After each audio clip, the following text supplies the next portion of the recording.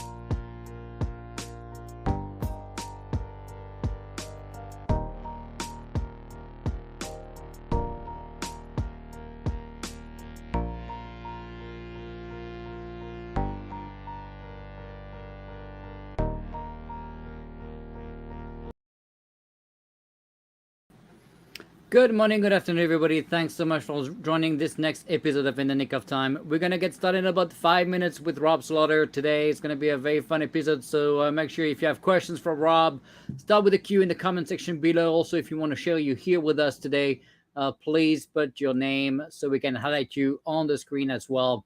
Stay tuned. We're going to get started in about 5 minutes.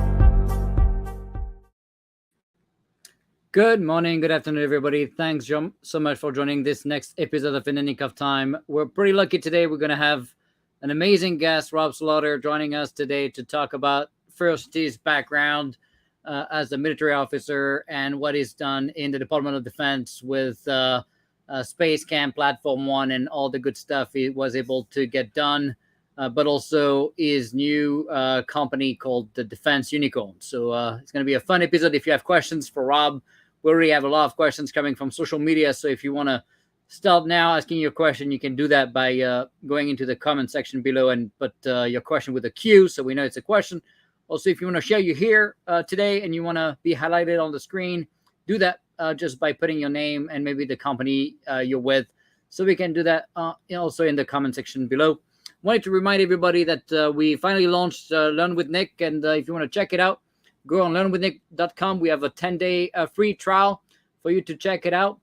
We have a lot of content now. You're going to see a lot of different topics covered, from culture things like fail fast, learn fast, don't fail twice for the same reason, all the way to how to build a platform team, all the way to technical subjects like Kubernetes, Service Mesh, GitOps. We just released a video on the cloud native access point. So you can take a look at that and see a little bit about Zero Trust and how we implemented Zero Trust in Platform 1 across classification levels, and how we do that device enforcement of user identity, both on the people side and the system side. It's a lot of great discussions in there as well. We also do live Q&A sessions every 2 weeks with the community. So we have quite a lot of members now coming from different companies, from telcos to banks, to, of course, the DoD, but also other nations as well. We have about 6 nations now on the platform, from Japan to NATO partners to Five Eye. So check it out. Love to get your feedback on what's missing. We're going to have guests, too, on the platform with masterclasses type engagements. The next one will be on architecture, and then we're going to do one on the cloud cybersecurity implementation of the CNAP with the Zero Trust engagement, but also we're going to cover the continuous accreditation capabilities of the CATOs. And then we're going to do one on agile acquisition. We're going to have a pretty amazing guest to come and do that, former 2-star general that's going to come and kind of cover the topic for us on the contracting / acquisition side. We already have a video on agile acquisition, but it's only a 20-minute segment. This is going to be a real deep dive, right? About 4 hours of content. So it's going to be a lot of fun. So check it out. Go subscribe. Of course, if you're a civilian, military, and that counts also for veterans, right? So if you're a veteran, of course, you get the 50% off. Just type the coupon code military. And then, of course, for early adopters, we're almost at the cap, though. So I don't know how many seats are left, but Less Beats China gets you 20% off. So check that out. Of course, if you're a company, you get volume discounts, and we have many companies buying 200, 300, 400 seats a pop. So, all right. So now that we told you a little bit about what we've been working on, and I hope you like the content and all the work we've been doing. Of course, don't forget to register to the mailing list so you can get notifications about the next episode. We're not going to have an episode next week, because I'm traveling, but you'll be able to see the next guest in 2 weeks. Joe Saunders, the founder of RunSafe, a great, amazing guy. Is one of the nicest person I've met in cybersecurity all around. Just a great human being, but also a very deep expert in cybersecurity. So it's going to be a fun episode in 2 weeks to talk about RunSafe and what they've been doing when it comes to kind of different ways of thinking about hardening operating systems and different things. So stay tuned in 2 weeks, not next Tuesday, but in 2 weeks at 1 p.m. All right. So now we have an amazing guest. I told you about the doctor. Don't forget the doctor. This is so important. I care about degrees. So he has a PhD, so he's a fancy, unlike me, I don't have any degree. I have a high school diploma. I don't know if that counts. Does that get me something in front of my name? I don't know. You tell me. But he's a doctor. So Dr. Rob Slaughter, of course, he's a vet.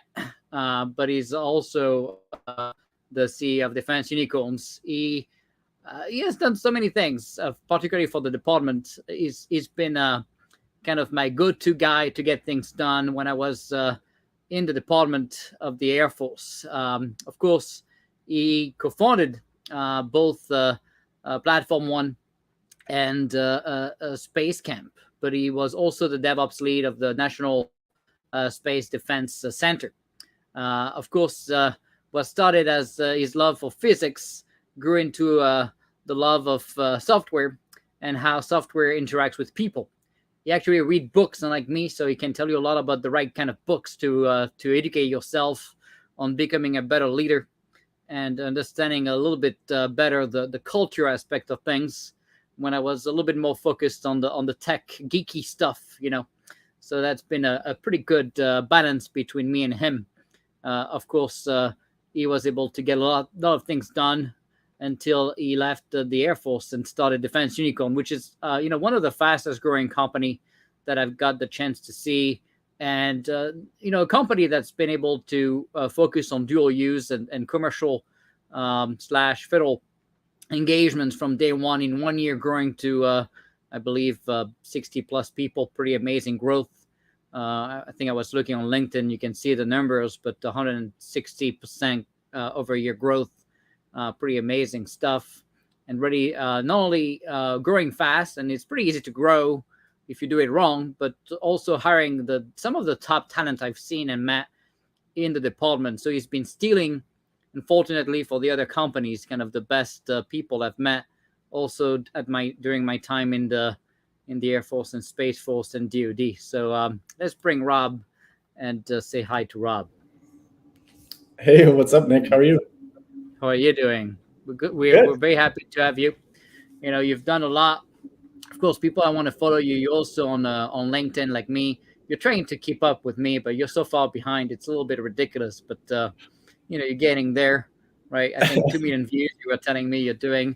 It's pretty far away from my 6 million views. But one day, who knows? Maybe if you don't talk about China too much, you're gonna be able to get faster than me, so you're not getting throttled like the rest of us. So that's always good.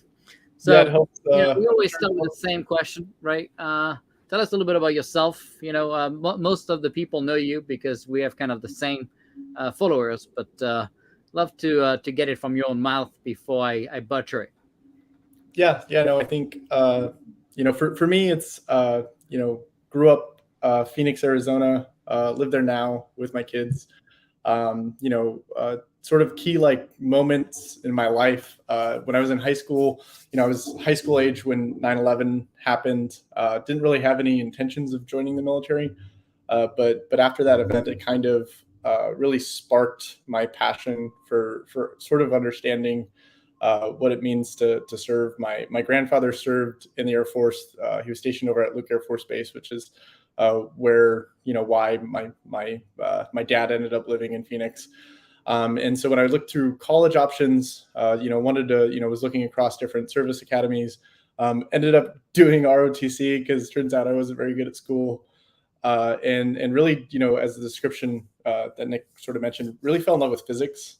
Read a book by Stephen Hawking, The Universe in a Nutshell. Just really became fascinated by really how to explain things well from a physics and math perspective. And so did ROTC through a space physics program at Embry-Riddle, and then did sort of a series of assignments, all of which became very software related. So in a physics sort of field, you kind of, it doesn't really matter what you do, whether it's theoretical or applied or anything like that. It almost always comes down to writing crummy software. And so coming into the Department of Defense, there's not a ton of people with software backgrounds. So even though I felt like I didn't have a software background relative to a lot of other people, turns out you kind of do. And so through really just a series of different assignments, just found myself continuing to invest more and more in software until, both outside of the military and then internally, until I just kind of sort of fell in love with it. Because saw it as, not only the way our lives currently exist, but really how wars in the future are going to be fought. They're going to be, heavily software focused, heavily software intensive. And if we're going to have a chance, then we're going to have to be one of the best organizations on the planet in, writing and deploying software. And so towards the end of my career, started a couple software factories. Of course, Nick showed up on scene.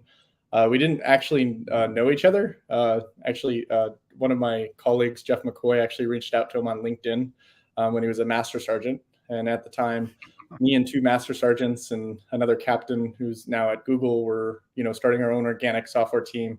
We sort of found each other when we were just trying to solve our own problems, just trying to write software to solve the problems that we had really experienced on the operational side of the Air Force. When Nick was around interviewing a bunch of teams, I'm sure like everybody else, we thought he was kind of crazy.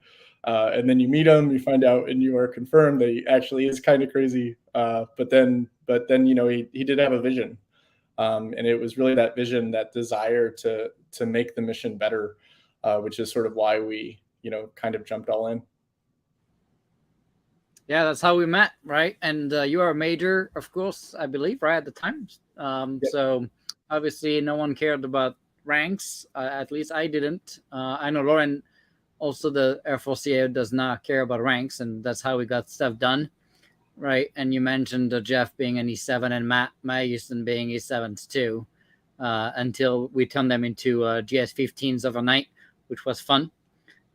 So you mentioned, kind of the momentum, right, of the DevSecOps work, and of course the factories. And what's interesting is the department has been pushing for these kind of fancy, very expensive weapon, with F-35s and others, B-21 and so on. And yet, we all agree, I think, that kind of the software capabilities and the ability to react to events and be able to move at a pace of relevance is so important. But what you've seen also is, bringing DevSecOps to the largest organization in the world is obviously not the easiest thing we can do. So what have you seen are the biggest issues trying to do that? I think it's a combination of just people believing it can be done, followed by like people with the actual skill sets who have the ability to execute. And so like the first part is there's so few people who actually believe that things can get better. They don't even like self-identify that they're in a position to make things better. They understand that the way they're doing it sucks, but they don't actually know how to get better, and they don't even know, like, they don't even believe that their systems can get better. The number of teams that we talk to that think they're special, they think that, yes, but blah, blah, blah, this system, yes, but blah, blah, blah, this system, is super shocking. And so like, I think the biggest organizational challenge is just, not only acknowledging that there's a problem, because I think the DoD is, and Congress is actually doing a great job now of saying like, hey, there's an issue with software. But saying that like, hey, the timelines that one would reasonably expect to improve can actually move a lot faster. And, so sometimes when we talk to different program offices, they talk about a 10-year transition plan to containers. And it's like, why does it take 10 years to do anything? But it's because they don't actually believe that they can move any faster than that. And in some cases, that might be a little bit more realistic if there's, hardware refreshes. But a lot of cases, when you sort of dive into things, you realize like no, this isn't a limitation because of hardware. This is a limitation because they don't actually believe they can go faster. And this is followed by, from the second somebody believes they can do it, do you actually have the team in place that can execute? And I think the Department of Defense and the Defense Industrial Base has just done such a terrible job of staffing the right software expertise to satisfy the mission. And so, there's something on the order of 100,000 DoD software engineers. If as a single organization, we'd be the largest software organization on the planet. We should be a software leader, yet we're not. And we're not because of a variety of reasons. One of those just being, our inability to retain and recruit great engineers. In fact, why did you feel like you were going to be able to do better on the outside than staying on the inside? Yeah, that's a great question. it's control HR, control the culture. For me personally, the number one decision why I got out was I wasn't able to be stationed with my kids. My two kids going to live in Phoenix. I wasn't able to, really no options for my specialty code to live in the Phoenix area. And, currently, at the time worked at a unit that was not supportive of remote work. And so to go back to some of the culture and HR issues, they wanted me to work remote in the local area of the place I was stationed versus work remote, being next to my kids. And to me, that was, kind of an easy decision. So first and foremost, it was, a family and personal choice why to leave the military. But after I left, it's kind of like, how do we, improve as a country? And one of the things I saw was all of this software talent would come into the DoD, really, really excel. They would be these great individuals, and then they would run off and go work for, Google or Amazon or, insert, Silicon Valley like startup here. And in a lot of cases, or at least in some cases, they would still work on DoD use cases, but that's probably more of the exception than the rule. It was probably 80+% of them just left and then never really touched the DoD again. And so first and foremost, I wanted to have more control over that talent pipeline. How do you actually establish a culture that feels just as nice as you were at, any of the nicest startup in Silicon Valley, but do it while focused on the mission? And, to me, the mission aspect of what the DoD has is an amazing recruitment tool. A lot of folks will sort of, I think, acknowledge this, like the DoD has a monopoly on mission. Like the people who are naturally drawn to national defense, the people who are patriotic, like nobody can compete with the DoD in coolness. Talk to a lot of friends at a lot of different places. They're, automating, algorithms around scooters or checklists or, checkout lines online. They're doing a lot of, interesting things from a software perspective, yet their impact to the world is super small to the impact that you get to make on the DoD. And so it's like, how do you use that mission drive, incentive, and mission focus to recruit people and then retain people, so that as engineers sort of go through the internal pipeline, learning from a variety of prime contractors or small businesses, once they get the expertise to really, really make a difference, to still keep them focused on DoD problems versus go to some other company where they're going to be less focused on national security objectives. Yeah, no doubt. And what's interesting is when I left the department too, right? I felt like any other mission was pretty boring, and I think pretty much the only thing that still gets me excited is kind of the space mission. So that's probably the closest you get, to kind of a DoD like thing. But even that, right? And if you're doing some commercial space engagement, it's just not the same. And so I completely agree with the monopoly on the mission side.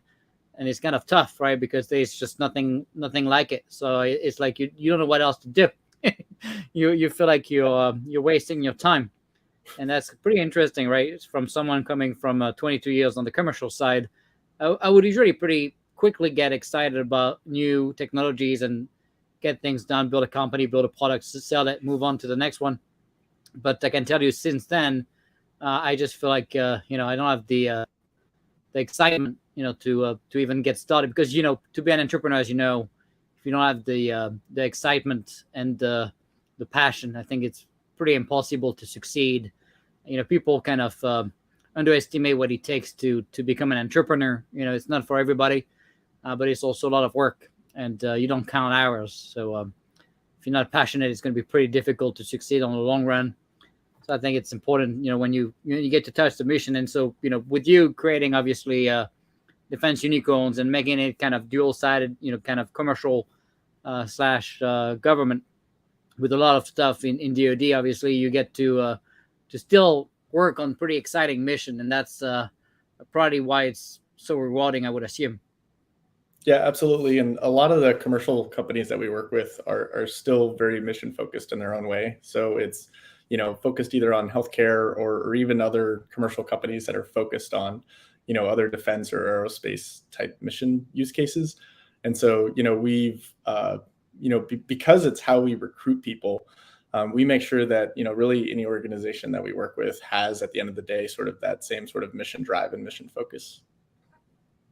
Yeah, and that kind of gives you the balance you need to get where you want to be, without also becoming kind of one of those DoD only startups funded through CBIRS that really never makes it outside of it. And I think it's a pretty bad recipe for success. I Yeah, don't like it. I was actually surprised at how advanced the DoD had become in just a short period of time. I think there's really no shortage of cloud native services work on the outside, on the commercial side. And if we had wanted to, like, if I had wanted to get out and do a services startup really just focused on cloud native stuff, like I probably would be sort of similar outcomes in terms of growth and stuff. But from a life satisfaction standpoint and from a recruiting standpoint, as you mentioned, it's just never going to be the same without the focus on national security. Yeah, and we'll talk about the people stuff, because let's dig into that a little bit, right? Because you managed to go after some of the best talent that I've met in the department. It's a little bit frustrating, I gotta say, because you're kind of having this monopoly now of the best talent, and I don't know how others are gonna get to compete with you guys. At some point, you're gonna become the next the next Apple, where you have or Google. You have everybody kind of the monopoly of the best DevSecOps talent in DoD. That's interesting, But how did you get to get that momentum going, and what could DoD do, right, to kind of fix some of the human resource struggles that you've seen, and some of the reasons as to why you left as well? Yeah, thanks for the kind words. Like, obviously we're super small, and so I appreciate the compliments. But I think we most of the people we hire do come out of FedCiv or Gov, or they've been working on air gap software delivery sort of programs. And I think the biggest issue on HR is just a lack of flexibility. There's so many people across the Department of Defense. They try to just like stamp a template and say, like, here's our template of how you should behave, and then they want everybody to conform to that template. And the reality is, all of your innovators, all of your disruptors are the anti a template. And the best way to enable them is to not give them a template, to sort of hear their vision, hear their what they're thinking about, give them mission focused feedback, and then let them do what they're best at. Things like monitoring hours, or where are you performing work, or here's your quote training requirements for the year. And I think I like to think that things are getting better, but at the same time, there's consistently issues around HR. I think the first one is like remote work. Good luck competing with software talent if you don't default to remote work. There's certain people that still like to be in person, but I think that's more of the exception than what you see. And certainly from a recruiting standpoint, if you lead into it with a location, you're really going to sell yourself short. Now, that runs into a lot of issues when you're dealing with things like SCIF space and classified work. And so I think there needs to be investments around how do you have hubs within any major city that people can hot desk around, so that way you can still have software talent that's focused on air gap and classified problems. But there are probably some things like that exist, but how do you do that actually at scale, to where really any company could pay a per monthly seat, and really get to the bottom of how do you basically just hire people to where they can work remotely but then still go into the office when they have to. A lot of people point to things like pay, but from my experience, pay is not really the biggest driver, especially for the younger generation. It's really about satisfaction and overall job happiness. Do they like the things that they're working on? Do they feel enabled? Are they passionate about it? If they don't, can't go to work that day because they're sick, are they, or their kid's sick? Do they just get to miss work and nobody's going to give them any problems? Are you not monitoring the clock looking for 9 to 5, but are you monitoring outcomes? And so it's really just a mentality shift around what HR is used to, because HR is normally used to go inside the building, watch everybody day to day. Here's your annual performance report. Today's sort of work environment is really based on continuous feedback, not an annual feedback system. like, yeah, pay has to be competitive, but pay is probably only the third or fourth driver for why people leave or why people don't accept. I'd say that the number one driver is just honestly speed to hire. If it takes you a year to hire somebody after they verbally have given you a yes, odds are the best people have moved on. And so if you can't hire quickly, then good luck. And then the second one being, the remote work environment. And a year is pretty terrible. What would you argue is the right goal to hire?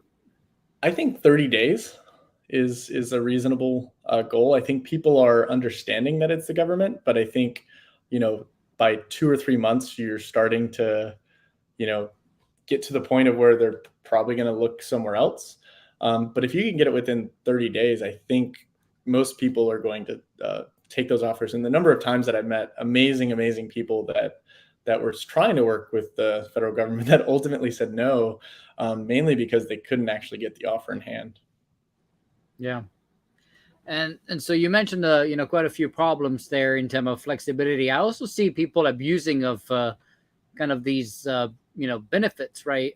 In France, I remember people having a pimple on their hand and taking 2 weeks off because they couldn't type on the keyboard on the back of their hands. Nothing stopping them to work, but because they got free healthcare, there was a massive abuse, right? So what I've seen in France, which is obviously very socialist, you see a pretty massive abuse and kind of dependency of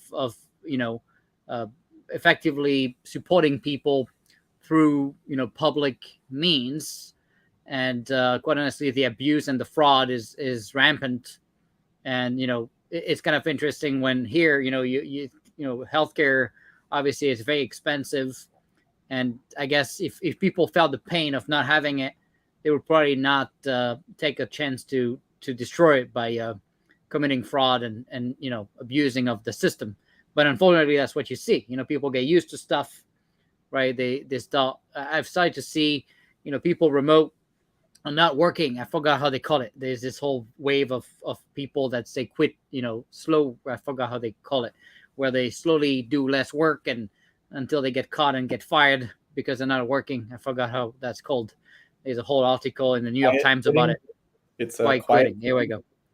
Yeah. So you see people doing that, right? And that's obviously exactly what corporations need to start saying. Well, if you're going to abuse of our kindness, we're gonna also stop giving it to you. So how do you balance it? You said so you already had a massive growth. It's pretty difficult, right, to grow so fast and still. You need outcomes. You say, well, okay, we need to track outcomes. Well, what does that mean for you guys, right? What do you do to make sure you're not just paying a bunch of people sitting?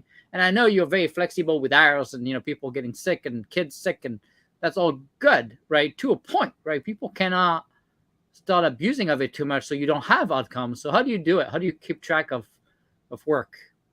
So I actually, I actually support quiet quitting. Because to me, Okay. that is, to me, demonstration that the company doesn't know what's going on. And I think it gets misinterpreted of what people mean by that. Given it's not like something that I guess, personally would necessarily prescribe to. I just changed jobs. But to me, Right. it shows an issue with what the business is measuring. Because if the business is actually measuring outcomes, to me, people don't quiet quit. To me, people quiet quit when they're fully capable of doing their job. And instead of being able to just do their job well, they're getting micromanaged over a bunch of metrics that don't matter. And so if you measure what matters, to me, that's the entire concept of, quiet quitting just evaporates. Because like I said, I think what happens is people will establish all these business metrics that they, have gathered over the course of, months or years. And then the metrics themselves become the business, because they see it as a leading indicator. But over the course of time, what transitions from a leading indicator, hey, what's going on here? Should we look into this? Has turned into the actual goal itself.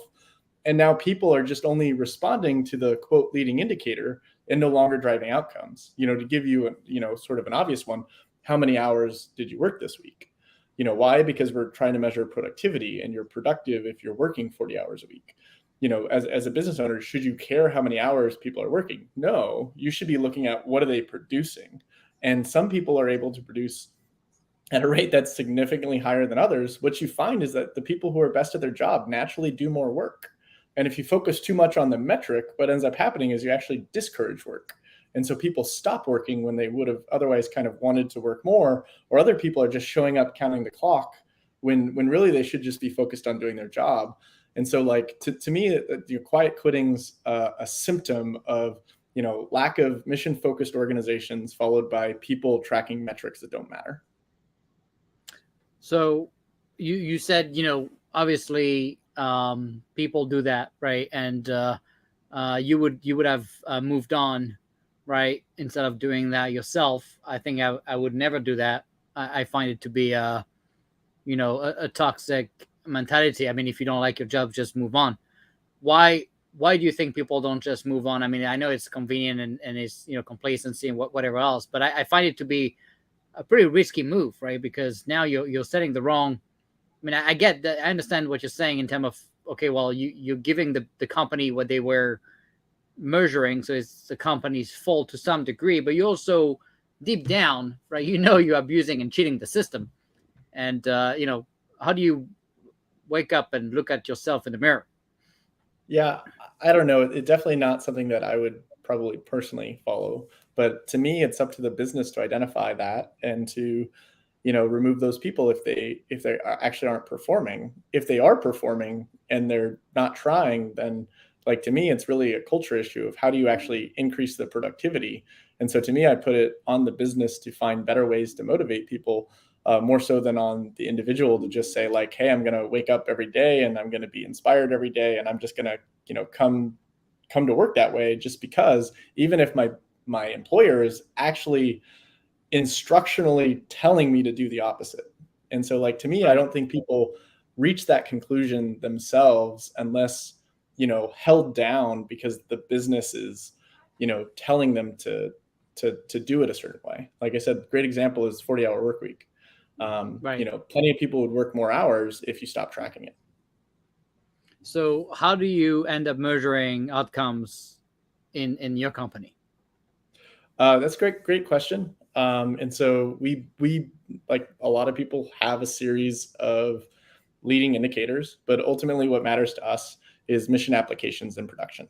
And so we literally track company-wide all of our mission partners, all of our commercial partners, and what is the number of mission applications that we are supporting in production. That is sort of our North Star of sort of guidance. And then everything else is a leading indicator of that. How many new contracts do we have? How much product investment? How many PRs do we have on different products?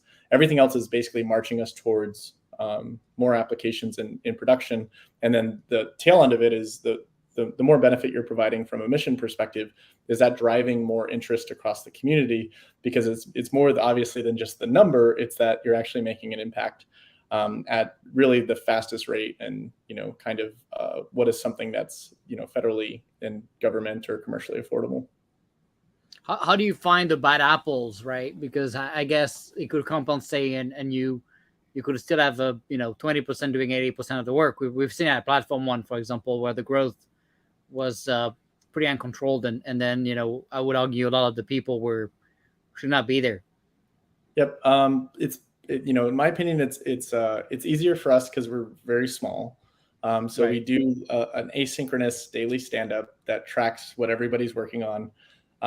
So you can have. What does that mean? Asynchronous, any asynchronous daily So standard? we use a tool called Status Hero, which is basically just every person in the company, or at least the people who remember to, which has a decently high participation rate, basically just marks what they did yesterday and what they're doing today. And they just do that over time. So that way, you can actually scroll through the entire company and say like, hey, this person's been working on this thing for, 2 or 3 weeks. Seems like the type of thing that only should have taken a day or two. Hey, what's going on here? Maybe it's more complicated than we thought or realized. Or, hey, this customer's having some issues. Like, who do we have, working on it? Okay, we have this person. Have they been working on it? No, they haven't been. Somebody else assigned them to do something else. So it's not even their problem. It's that, we gave that person 2 jobs. So of course they're struggling with one. And so it's just something lightweight. But you said not everyone has to do it, you said? It's not Everybody mandated. does. Like we don't we don't make anything mandatory. Everything Yeah, is participation, but we average about 75 to 80% daily participation. So but we do you have a have some that never do it? sorry, what? Did you have some that never do it? No, nobody other than Brian Finster. Oh, But no, Brian, who even else? Brian does it. Everybody in the Once in a company. while. Yeah, every once in a while. Okay. All right. So we talked about HR struggle. You also mentioned, tangible value and so, delivery of that value to the fighter. How do you define, and you talk about, okay, we need to build better products. So how do you define it? What's the definition of a better product?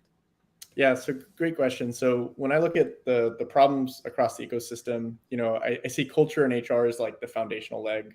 The sort of two other areas that I hope we talk to is really, training. How do you actually upskill the workforce that doesn't necessarily have the tools to do this? Which, of course, Nick, obviously you do a lot of training stuff and promote, all the courses that you're starting to offer. The on the ticker there is also, the previously was our Linux Foundation course that we offer. So I do think that there is a certain amount of upskilling. But the reality is that the mission need demands that we move faster than we're actually going to be able to, upskill everybody. Like I said, there's 100,000 software engineers. And oh, by the way, for every two you train, one of them is going to potentially leave. And so you have this retention issue. And so at the end of the day, you literally just have to make things easier. The entire cloud native community was really predicated on, experts managing SaaS systems, and it was optimization of infrastructure. And so you have these amazing, brilliant, SREs and other infrastructure engineers who are trying to optimize their cloud resources to provide 100% uptime as much as possible, to make sure latency is as small as possible, make sure things are available when somebody clicks a button, and make sure that those costs go way down. And so out of that came things like Kubernetes. And Nick, you're the person who pushed Kubernetes across the DoD, and I think that's the right call because that's where the entire software community is going. But the reality is Kubernetes as a technology is probably the least compatible thing with how the Department of Defense and federal government work in general. There's probably like a couple notable exceptions. So like, CMS, Center for Medicaid Medicare is probably a good exception because of how many people they have on, AWS. And from an infrastructure perspective, but a lot of the DoD is really these small, isolated private networks. They're not worried about optimizing cloud resources. They're worried about just getting software out to the operational customers. And in a lot of cases, they actually want dedicated infrastructure. They'll actually say, like, when that button goes, I want that infrastructure there. I just want it dedicated, and I'll pay for that resource for an infinite amount of time. I just want to make sure that when I press the button, something goes. And so there's a mismatch of where the entire software development community and cloud native ecosystem went and the realities within the Department of Defense. And probably the biggest takeaway was that it was, Kubernetes and all these technologies were made by experts for experts. And they were made, like I said, for a lot of these SaaS systems where you have centralized management of control of a massive amount of users adopting it. The Department of Defense has a very different problem. The Department of Defense has, lower level IT admins working on decentralized systems. There's a lot of networks with 20, 50, 100 people. There's a lot of people who don't know what Kubernetes is.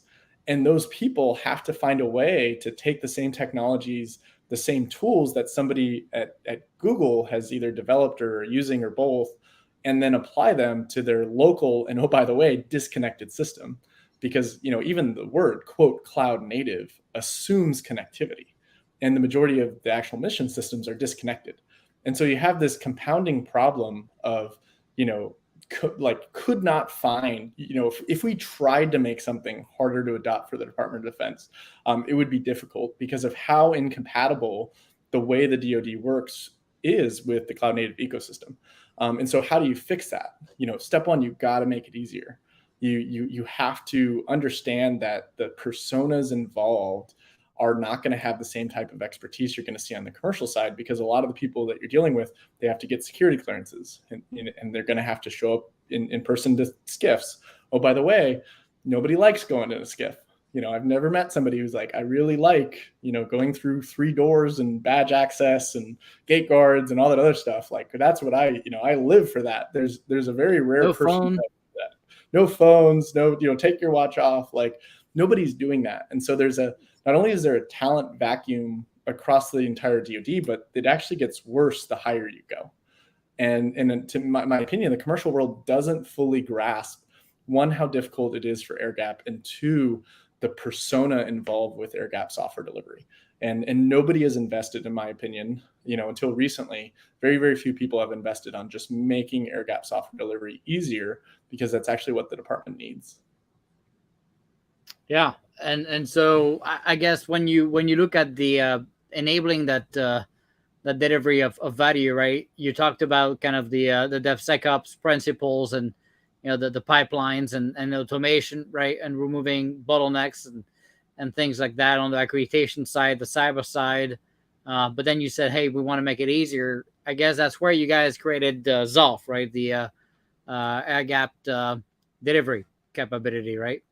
Yep. And, so I posted a link there, zarf.dev.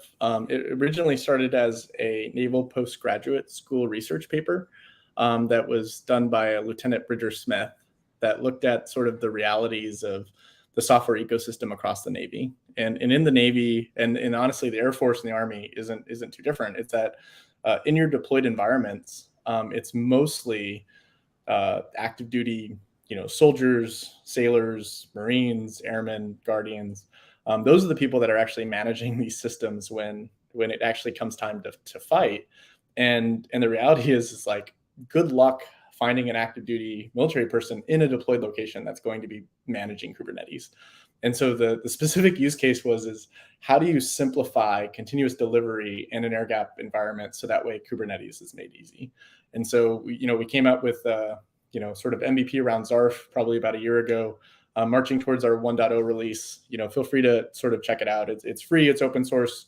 We're a free and open source company, so it'll always be free and open source. It's Apache 2 license as well. We're passionate about solving this problem, and we hope that people find it useful. And you gave it. So why did you decide to make this? I mean, most Prime would have kept this code closed source and tried to license it to make a lot of money. So why did you decide to make all this open source? I don't think it.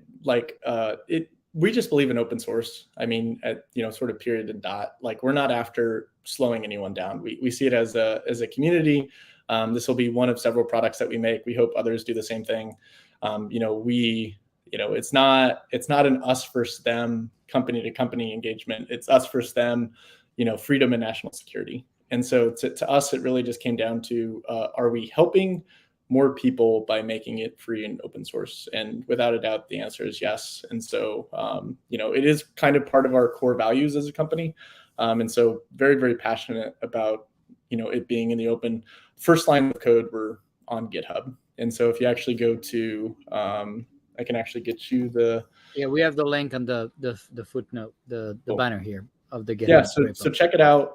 We also, we haven't announced it yet, but we're going to have training available for it. I might go grab the link in case people are interested in getting trained on the tool. That's probably one of the things that we've identified as an issue, is that the tool works, but there's probably a day or two of sort of required training, but then a lot of people across the ecosystem don't fully grasp what makes air gap challenging.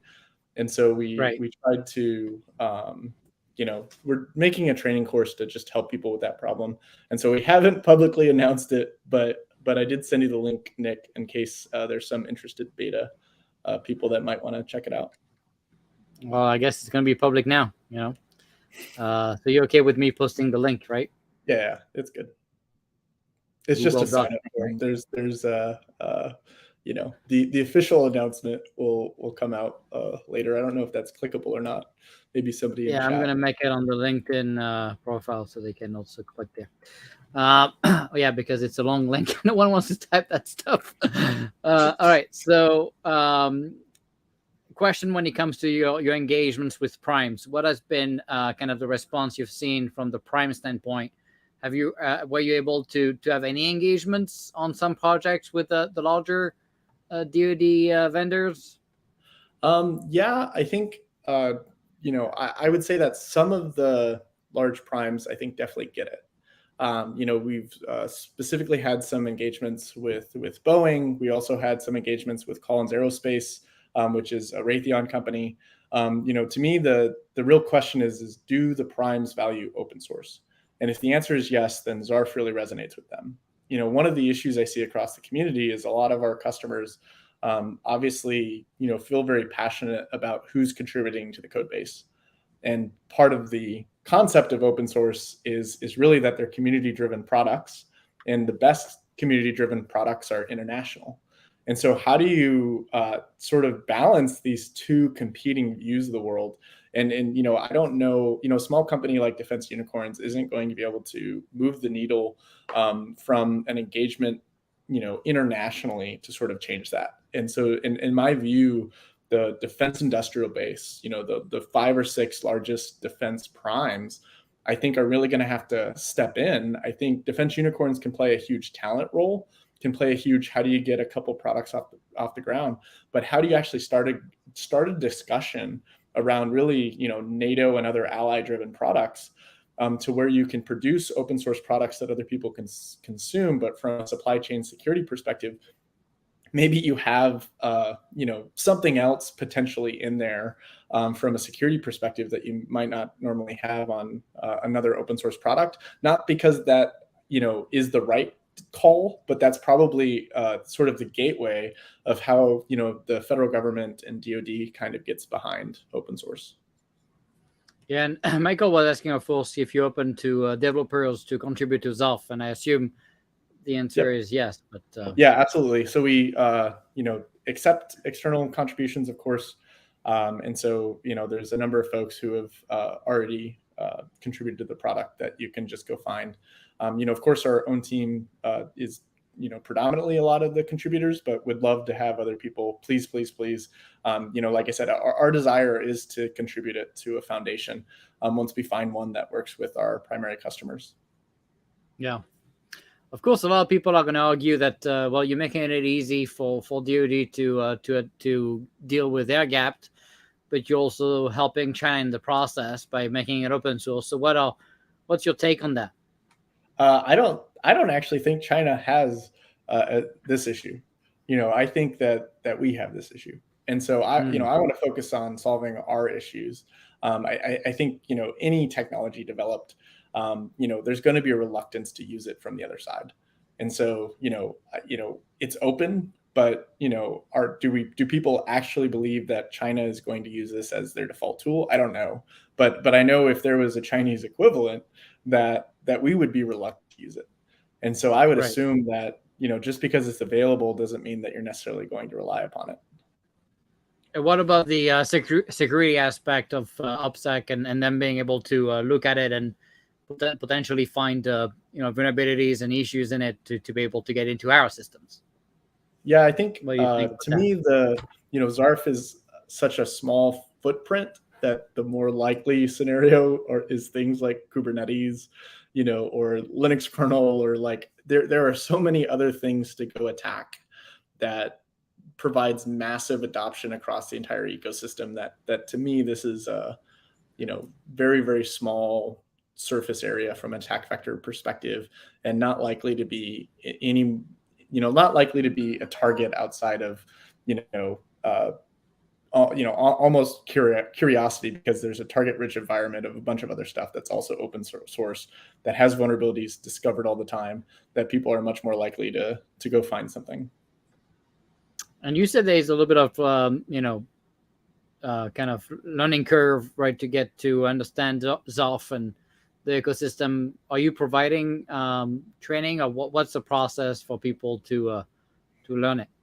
Yep. So we have two things. We have a Linux Foundation course, which we're about to announce around air gap software delivery, that it's virtual. And then the link It's that not I the guess. one, and that's not the one for managers, right? That's a different kind.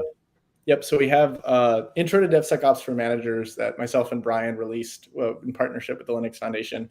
We also have Air Gap Software Delivery 1 that's engineering focused. It's going through like what makes Air Gap hard, and then talking through like solutions around how to make developers and IT admins lives easier. And that's going to release in the next couple months. But then what we're also sort of offering is like a dedicated 3-week session to where we sit down with developers and walk them through this. And the whole goal of that is to actually get people to the point of continuous delivery for people who might be a little bit more on the junior side of the cloud native ecosystem. They might have been 20 years experience on Linux, or 20 years experience doing VMs, or a variety of other technologies, but maybe not 20 years on VMs, but like 20 years of doing other things, but they might not know Kubernetes, they might not know some of these other things. So how do you actually provide a solution that'll work for them in classified and air gap environments, and making it easy enough that they can pick it up? From what we've seen is most people can pick it up in about a day, but we wanted to provide sort of a master's course and like how do you actually make an expert in a couple weeks. I even heard that you actually got proper lighting for the second set of videos. So that's great. I got proper lighting just so I could come on the show, because so we can so we can actually see you. That's always good. Okay, good. So, and by the way, for people that have not checked the Linux Foundation Introduction to DevSecOps Manager, you do a pretty amazing job with Brian. Although at least we can see Brian, so that's always good. That you explain pretty much every layer of the value supply value. I'm blanking VSM. You bringing every aspect of, and you're starting at the basic layer too, right? From cloud to I've seen that pretty much every pieces of the puzzle, right, covered from the manager standpoint, which is pretty complementary to what we've been releasing on the Learn with Nick. Yeah, and it's free. Right? You give it for free because you're not greedy like me. Yeah, super happy about getting it released. Really, it was our way of consolidating 1,000 conversations into 20 hours or so of video, that when people ask like, hey, how do we learn these things, we can just send them a link. As you mentioned, it's free. Linux Foundation, the link's down there at the bottom. Otherwise, if you just Google DevSecOps for managers in Linux, then it should pop up. Yeah, we have it on the comments there already, so people can click there. There's a bit.ly cool. also with off training too, and then there's a Linux Foundation link there. So thanks, Josh. And so when he came, how long is that training? You said 20 hours is kind of the volume of content you get there. Yeah, it's about 15 to 20 hours. It's really just Brian and I talking with different guests through a couple of problems. It goes everything from historical perspective, which we find very valuable. As you mentioned, there's value stream map. There's a tech like I'm 10, which was sort of taken by Tori on a different effort that she was sort of leading, and it's really about just making program managers who have now transitioned into technical program managers, assuming almost no background. And how do you actually better educate them? Because that's really what we see across the community, is that, somebody was an acquisitions officer or civilian for a number of years, or they were in finance, or they were on the operational side. And now all of a sudden they have to know what, AWS is, and they have to know about cloud technologies and containers and service mesh and all this other stuff.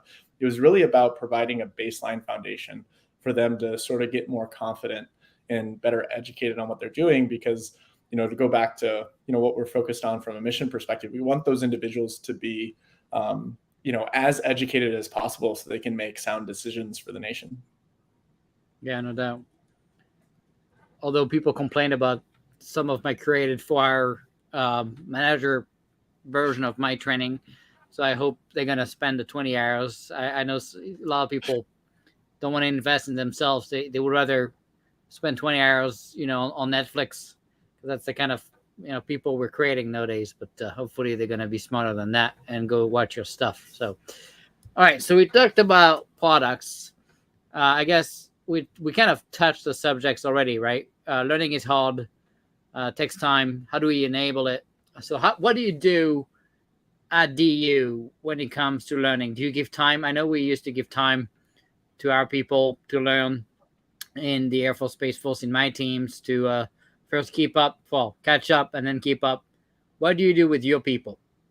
Yeah, so at Defense Unicorns, we do, one of our values is focused learning.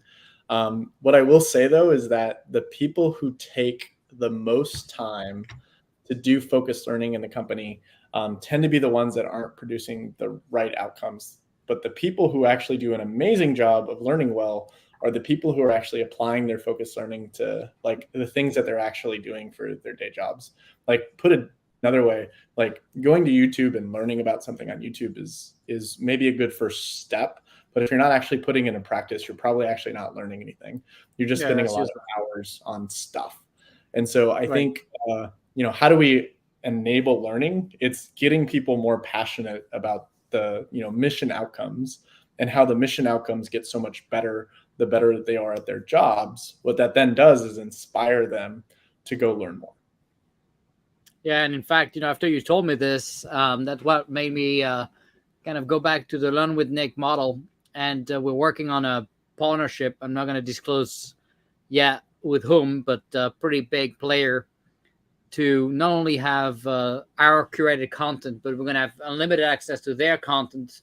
But they also allowed me to curate it, right? Because again, there's so many videos out there.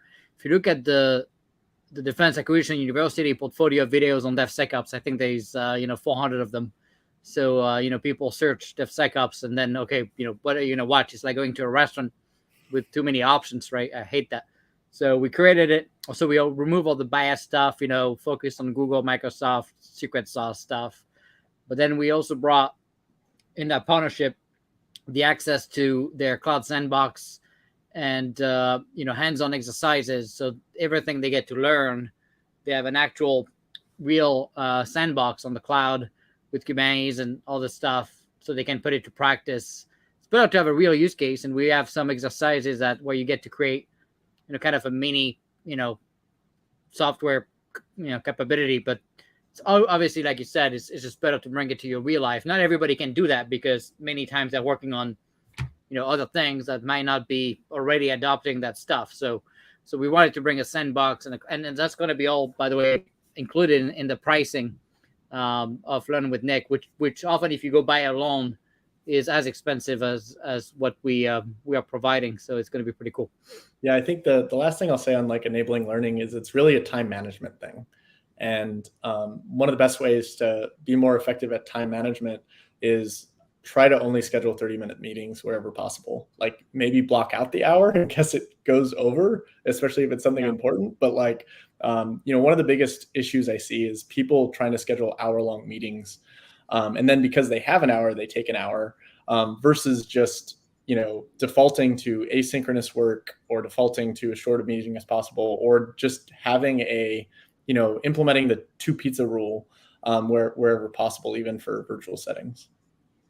You also use tools like Gather, right, to be able to have a virtual world where people can go and meet. And I know you did a book reading session, I think, with the author. Yep. So I guess you're going to have me for my next book to come and read it. Yeah, I mean, right? If you're doing a book, Nick, maybe. Yep. Maybe said that's not nice. So, all right. So do you have that kind of concept too, right? Of like that's join kind of asynchronous virtual world thing? Yeah, it goes like the question we always try to ask is, why is quote in person better? And we approach like everything that way. And so like to give you like the remote equivalent of like, or like in office equivalent day to day, what makes in office work so valuable? Chance encounters, visually seeing somebody, like those two are huge. And so when we formed the company, it was very relatively speaking early COVID-ish days, and so like the majority of company didn't meet each other for months. when we finally met each other, everybody felt like they'd already knew each other because they had seen each other's faces um, over and over and over again for days and months. So that, like, joining an online meeting and having your cameras off, like, yeah, there's such a thing as Zoom fatigue. There's such a thing as, hey, just got out of bed and barely got the kids out. So, not going to have my camera on today. But at a certain point, you need that human connection. And that's only formed, I shouldn't say only formed, but it's most strongly formed visually.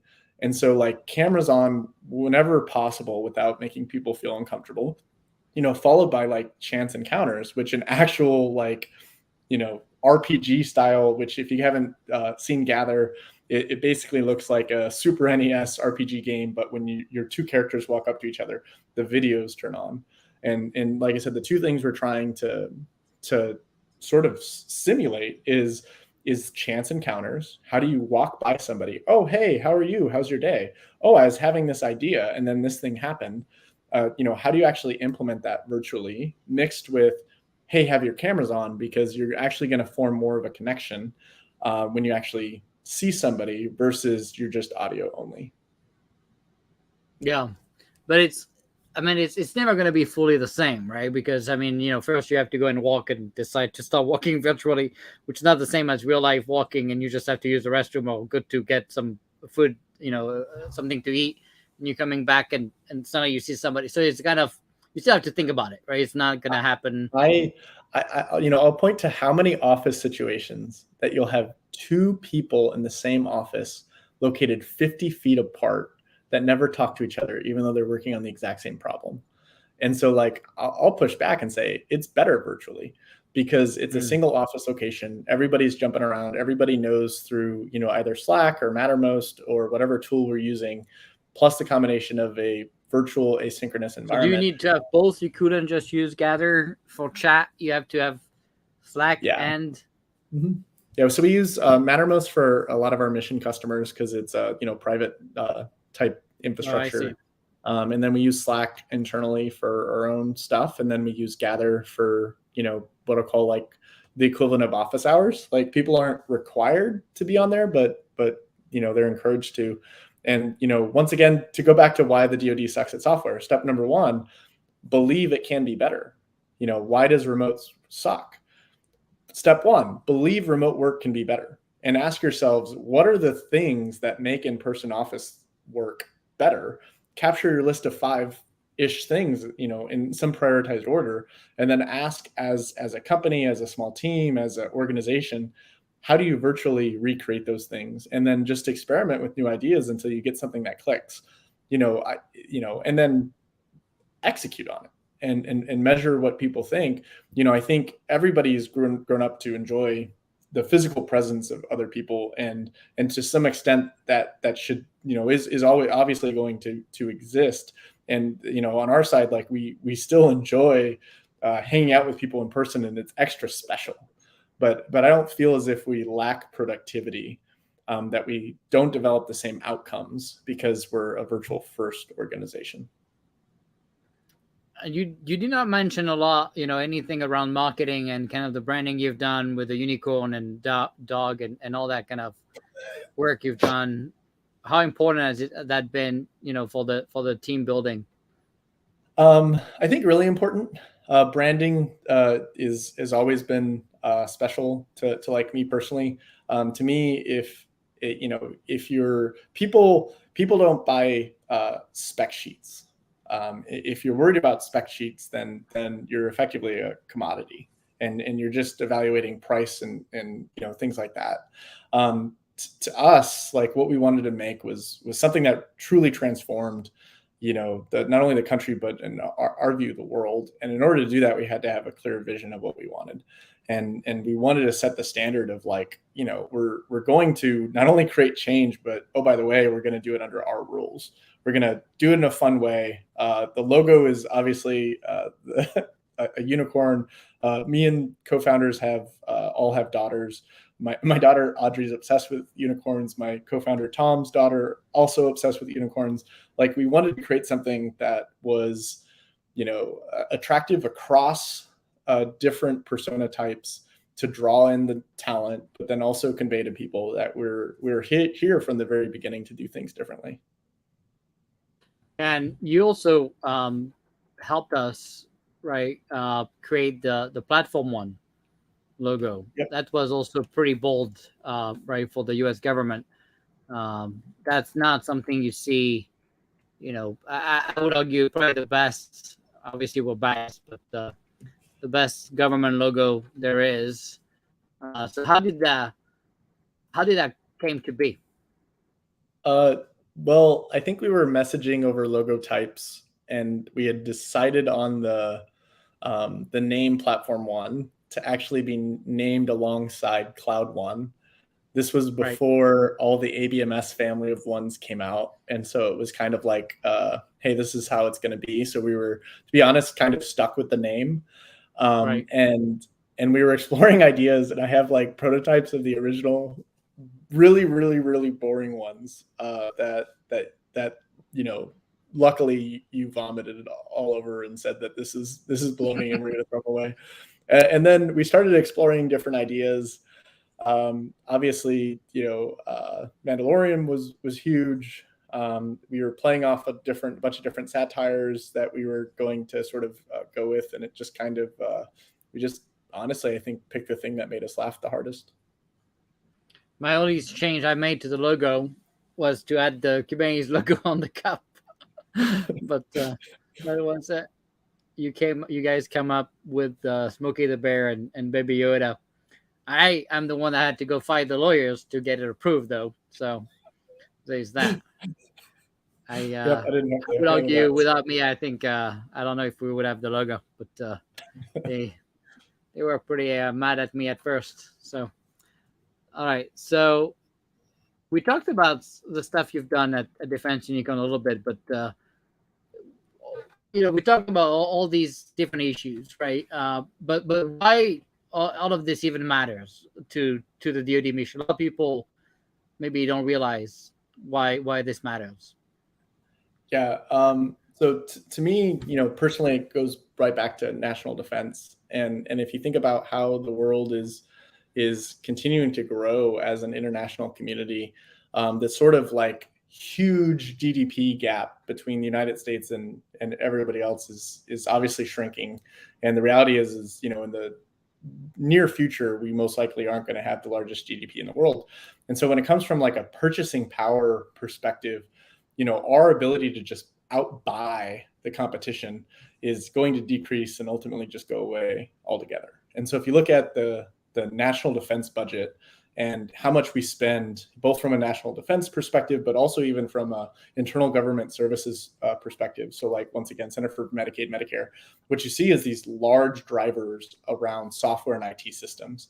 And, I read a report earlier today that, talked about things like, the F-35 costing, $8 million per flight, even though it was projected to be 4 million, and Lockheed Martin was able to make some updates and get that down for this last year down to this quote 4 million per flight. That number is not realistic or sustainable for long-term growth of the country. And so, like, to me, why it matters is we need to actually lower the barrier to entry for all of these potential defense companies that in general can't work with the Department of Defense because of that massive barrier to entry, and make it actually easy and seamlessly to have the capability to really deploy anything, anywhere, that would allow them to sort of better serve, the government, because who's going to drive the future is really these dual use companies. And so when you look at the majority of weapon systems, they're predominantly controlled by a number of organizations, and I believe the incentive that we have put in place for them is to get on a large contract to come up with a new weapon platform, and then over time have the majority of funds basically built out in sustainment. And if anybody listened to the podcast that Defense Unicorns has with Dr. Will Roper, he talked about how the government is actually incentivizing the same behavior that we're complaining about. And so to me, what's going to happen is, like, either the percentage of our GDP spent on national defense is going to have to decrease, or what that buys us relative to the international community will go down. And so how do we compete? How do we ensure that we don't ever enter a fair fight? Well, our dollar and the value of the dollar has to actually carry us farther. And to me, having lived that life, like it's all about, it's way too difficult to do simple things. There are so many problems that a sailor could code up and release on a system and solve their own problem that we just don't enable people because we don't have the right infrastructure. And I put infrastructure in quotes because it's really the software delivery infrastructure. It's not, it needs to be easier, it needs to be more secure, and we need to better enable not only small businesses, but actually active duty personnel and civilians in order to actually just solve their problems and not wait for the budgeting cycles, not wait for the requirements process. All of these things have to actually be getting cheaper if we're actually going to have any chance of being successful in the future. Yeah, no doubt. That makes a lot of sense. All right, so let's dig into platform one. You know, most people wouldn't probably want to cover this, but you know, what did we do wrong? I mean, mostly you. You know, I'm too good to do anything wrong, but what did we do wrong with platform one, and what would you change? Yeah, good Other than the question. name. Yeah, you know, I think platform one did a really great job of sparking the conversation and you know, increasing people's awareness of not only, you know, DevOps and DevSecOps, but proving and validating that, you know, continuous delivery off of, you know, a system managed by predominantly by the DoD was possible, and federal government was really possible. To me, where platform one didn't do as good, you know, I think we because of budgeting stuff, had to make a series of decisions to justify the funds coming in and didn't have the time we needed to build a better system before people started employing it. And that was because, you know, it was, you know, really self-formed organic team trying to produce value as quickly as possible. I think in the commercial world, you see this all the time, but what ends up happening in the commercial world is you get traction, you raise a VC round, and oh, by the way, the majority of the founders and the ecosystem and the talent stays sticky and stays with the company as it grows. I think, you know, the HR process within the DoD is and still is broken, not only on the civilian and you know, active duty side, but also on the contractor side in justifying it. So I think that was, you know, probably issue number one, and where it manifests itself was culture. Culture was such a huge thing, and we put such a huge emphasis on it. But at the end of the day, as more and more, you know, programs started to adopt what Platform One was doing, more and more urgent needs were there. And what ended up being sacrificed was culture. And then the byproduct of sacrificing culture was a struggle to retain the right talent. And then what followed the struggle to retain the right talent was a struggle to keep doing the mini miracles that used to be commonplace in an actual scalable fashion. So at the same time as an organization, it's started to mature its processes. That's good. You know, you know, I think Colonel Viola has done a really great job, and, you know, Camden Katie and, you know, a lot of other folks over there have done a really great job of increasing the maturity of the organization, which was really well needed. At the same time, I think you started to lose a lot of really great talent without the actual ability to backfill it. And so if I would change anything, it would be, you know, setting more realistic expectations, that, you know, you were the, you know, Elon Musk pushing people to go faster, do this, do the impossible every single time, which was good. That's what drove the organization to success. But the byproduct of it was, I think, manifested itself in terms of a lack of being able to retain the talent that was originally there. Yeah, I think there's a few other things. I mean, I guess you kind of mentioned a little bit, but the uncontrolled growth. You know, I think you know, we had a lot of people not bringing enough value compared to the rest of the initial team, so we ended up really bloated and under delivering value, I think, compared to the number of people we had in the team.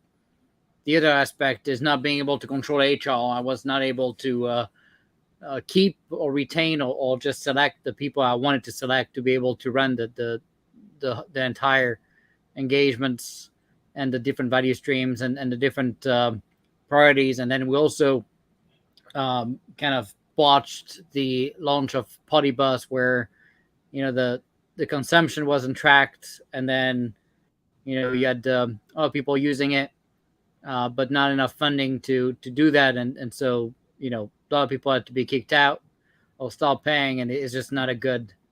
Yeah, I definitely struggle with that one. The other thing I'll say, and it's not to trigger you, Nick, we did a bad job of alienating people who otherwise would be great allies.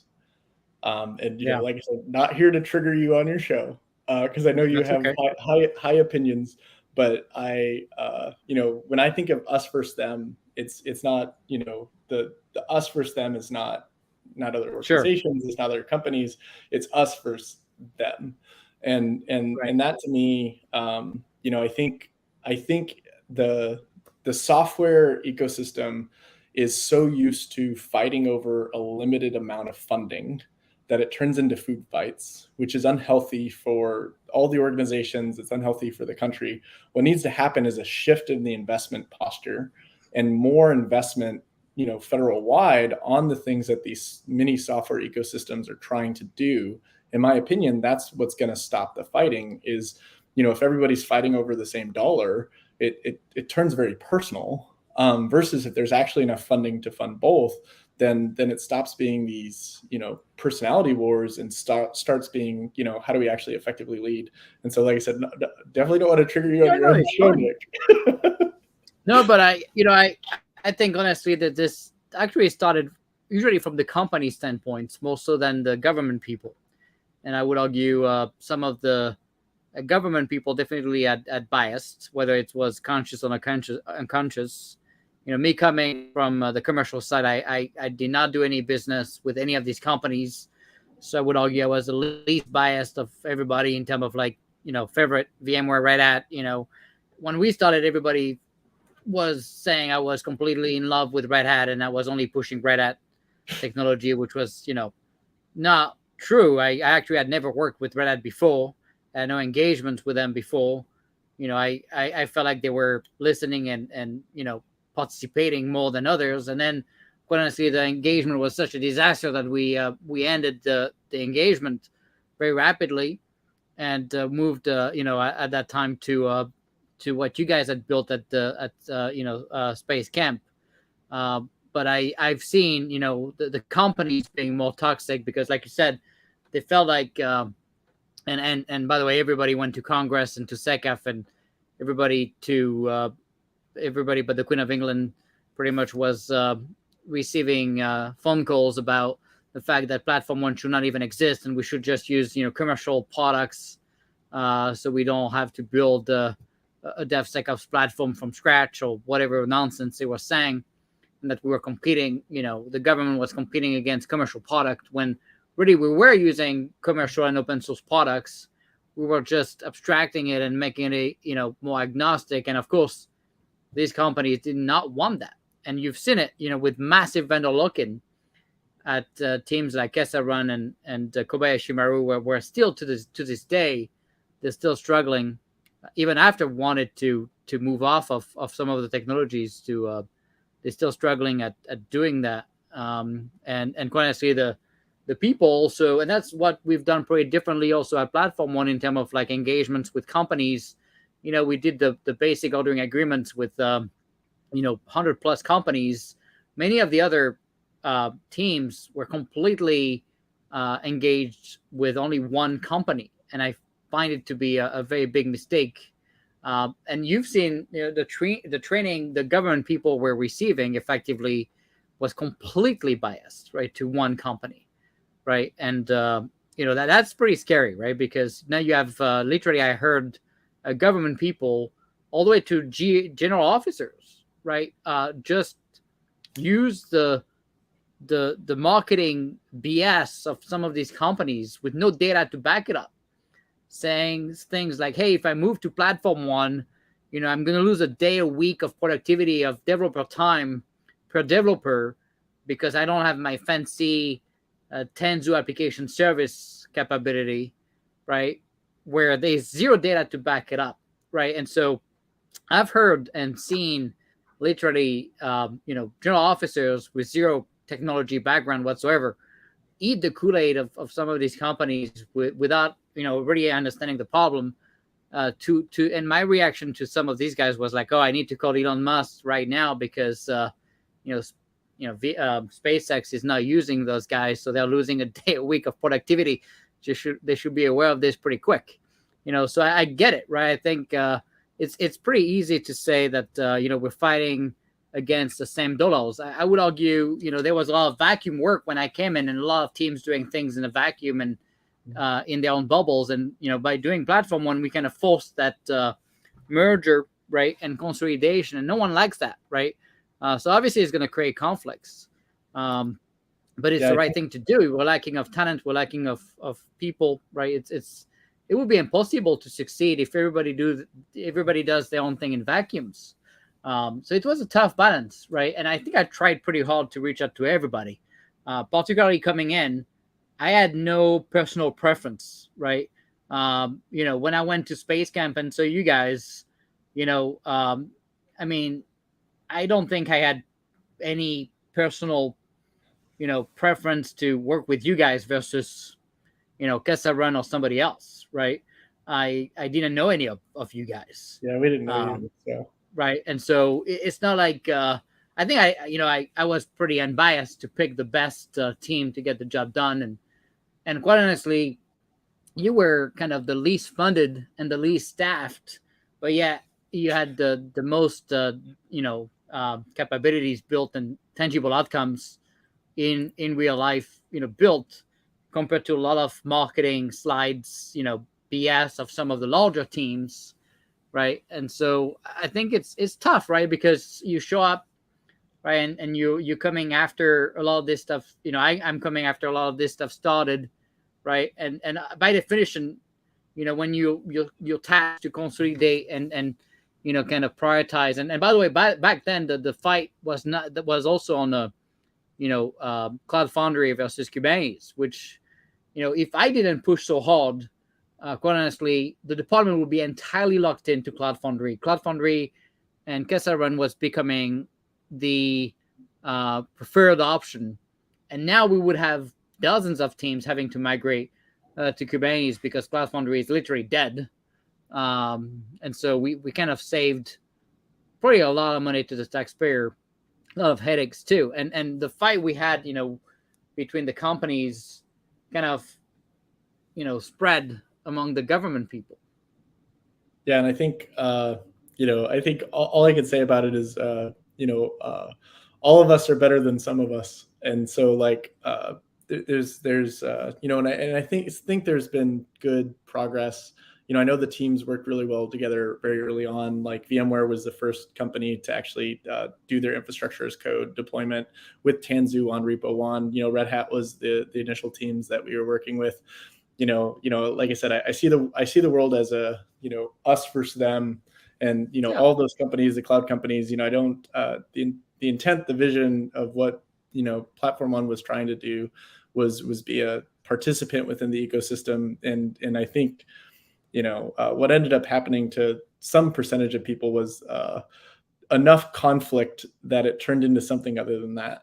And I would say in terms of regrets from an organizational perspective, I think that's probably number one on my side, because like I said, I don't see how the DoD can be successful without finding amazing ways to work with SUSE and VMware and Red Hat and AWS and Azure. And there's going to be certain things that look as if it's competing, but the reality is it shouldn't be, and it shouldn't be viewed it that way. The default answer should be like, how do we enable this? When is a vendor lock-in okay? Like, for example, is a vendor lock-in that big of a deal for an HR app that might have a 5 to 6 year lifetime? I don't think so. I think where a vendor lock-in becomes more serious is when you're dealing with the intended 50-year-old weapon system that hasn't even been produced yet. And so to me, it's I think we a bunch of innovators were fighting over 1% of the budget, or 0.001% of the budget, much less than 1%. and it's a rounding error of the budget. Yeah, exactly. But it was because that was all that was appropriated. And so because Congress isn't appropriating enough funds, people who otherwise would get along great and collaborate are fighting over the same dollar. And what ends up occurring from that is reduction in collaboration, reduction in mission capabilities. To me, the action is actually from a congressional standpoint, and it's nice being out now because when you're active duty, you can't go petition to Congress and be like, hey, what are you guys doing? You need to fund this stuff more.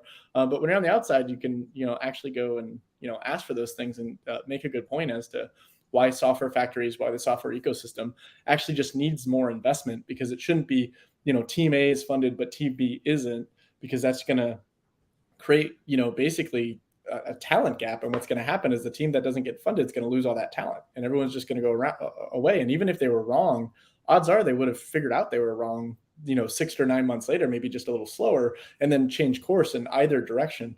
And so, I feel like great things were made at Platform One. I'm glad to see that the ecosystem, in my opinion, is collaborating more recently.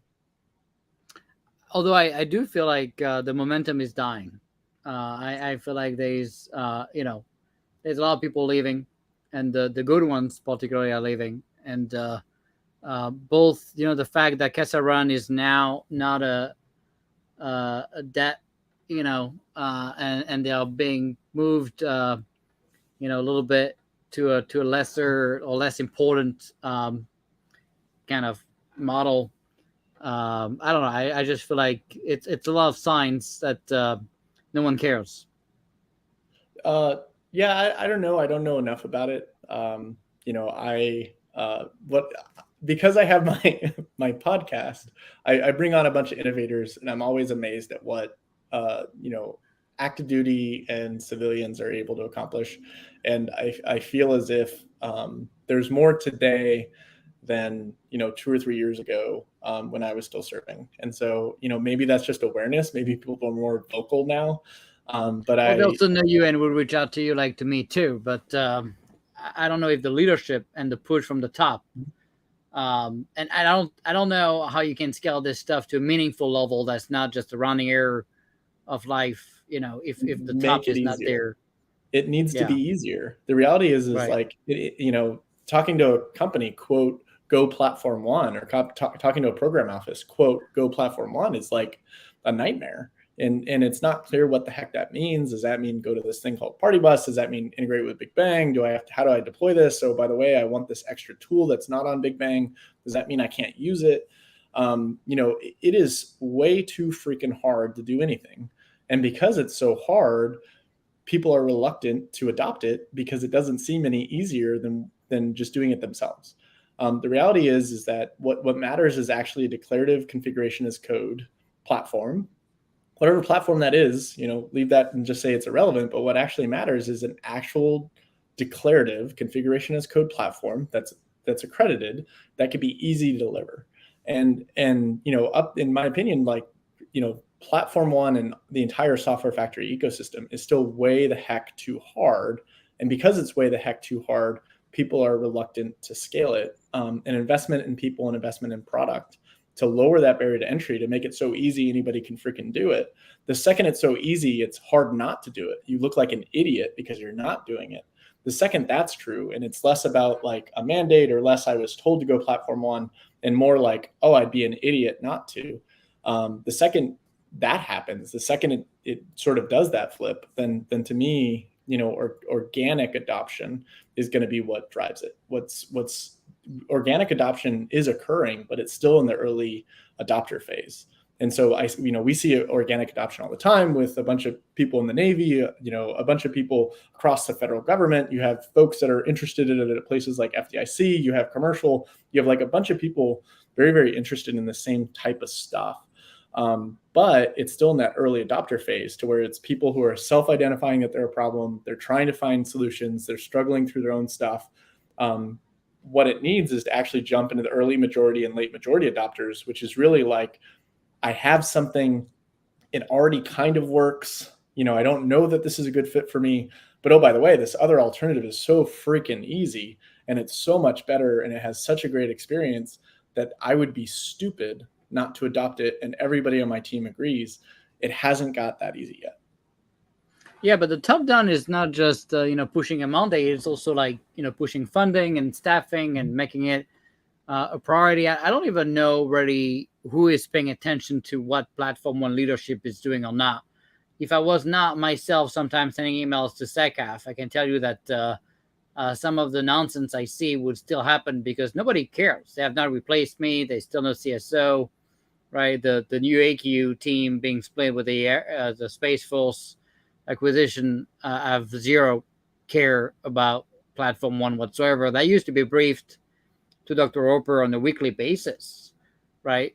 So even like forget about the mandate from the top, but even like the importance of it or how much people care about it in terms of the leadership standpoint, I think that that's completely gone, and that scares me, right? Because now you can just do what a traditional program would do, which is a bunch of nothing, and no outcomes, and then you will never solve the problem to get to where you want to be, what you were just describing now.